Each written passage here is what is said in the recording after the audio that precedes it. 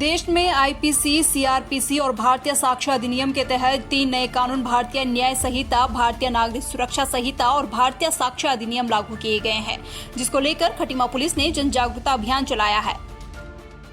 आज से हमारे जो है इंडिया में नए जो कानून है, इसका नाम बीएनएस है, बीएनएसएस है और बीएसए 2023 ये लागू हो रहा है। तो इसी के चलते हम लोगों ने एक जो है जागरूकता कार्यक्रम, एक अवेयरनेस कैंप करवाया है, जिससे लोगों को अवेयर हो जाए कि हमारे जो नए कानून है आज से लागू हो रहे हैं।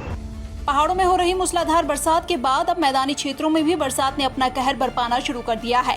देर रात खड़ी मोहल्ले में अत्यधिक पानी आने से बाढ़ जैसी स्थिति बन गई। ऐसे में लोगों ने बमुश्किल एक दूसरे का सहारा लेकर घरों से निकलकर अपनी जान बचाई, लेकिन घरों में रखा राशन, कपड़े आदि सामान पूरी तरह से पानी में बह गया, जिससे जनजीवन अस्त व्यस्त हो गया है। गनीमत रही कि बरसात के तेज बहाव में किसी प्रकार की कोई जनहानि नहीं हुई।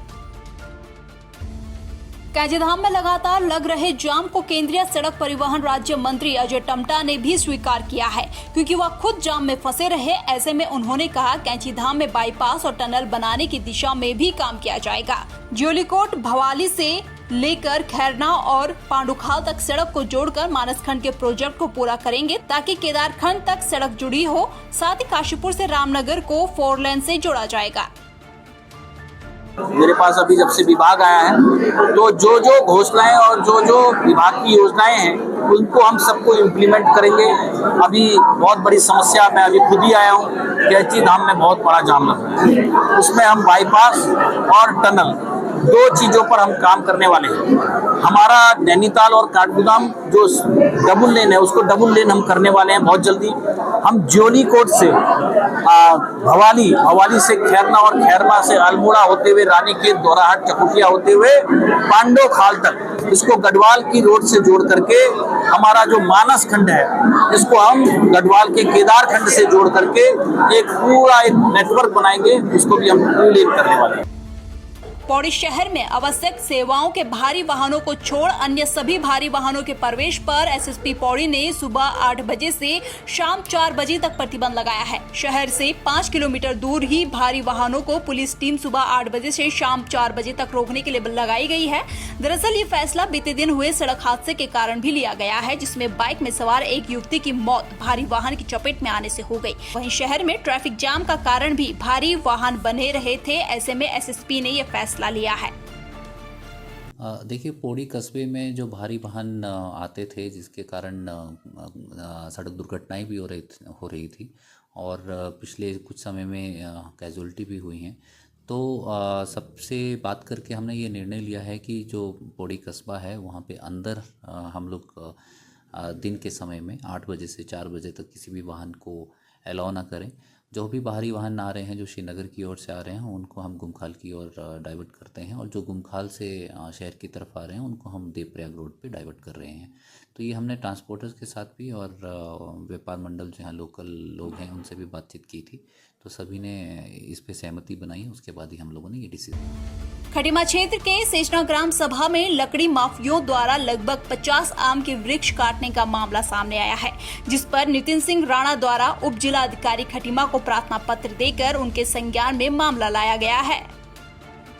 हमको पता चला है 2 दिन पहले कि जो सेचना ग्राम है, वहाँ पर 50 पेड़ आम के काटे जाने की सूचना हमको प्राप्त हुई है, और यह व्यक्तिगत किसी भी लैंड बताई जा रही है। अभी वहाँ पर हमारे द्वारा जो वन क्षेत्र अधिकारी त्रिपुरा है, उनको निर्देशित किया गया है कि घटना की पूरी जाँच करके आपको दें, और जो भी इसमें व्यक्ति इसके लिए जिम्मेदार है, उस पर हम आवश्यक कार्रवाई निश्चित रूप से करें। अगर कोई कर्मचारी भी इसकी संलिप्तता भी इसमें पाई जाती है, तो निश्चित रूप से उस पर भी कार्रवाई की जाएगी। लेकिन क्योंकि ये आरक्षित वन क्षेत्र के अंतर्गत नहीं आता है, इसका भी पूरी जाँच होने दीजिए। जो भी सूचना आएगी उससे आपको अवगत कराएंगे।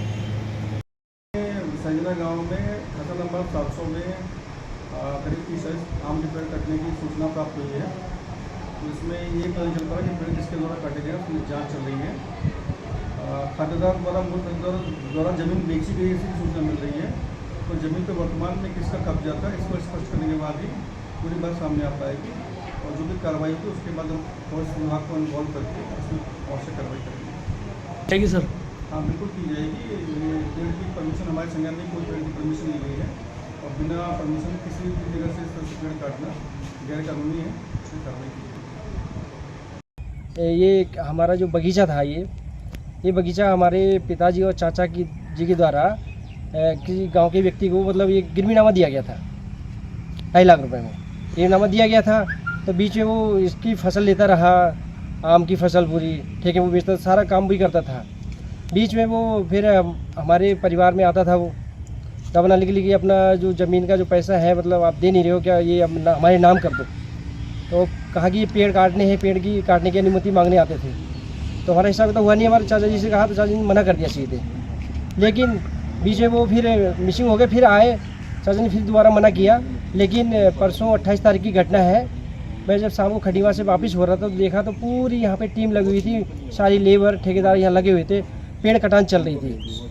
तो मैं यहाँ की रोड के किनारे पहुँचा, जब फोटो खींची, मैंने कहा ज़्यादा लोग हैं, मैं घर जाके भैया लोगों को बुला के लाता हूँ।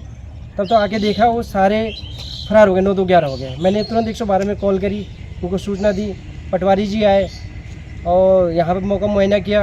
उन्होंने कहा आप सीधे तहरीर दीजिए।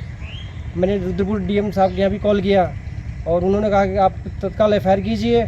तो मैंने थाना प्रभारी को भी FIR करी और आपके रेंजर साहब को, वन विभाग को वहाँ भी दिया, SDM साहब को भी दिया। उसके बावजूद भी अभी तक कोई न्याय की बात नहीं, कोई कार्रवाई नहीं हुई।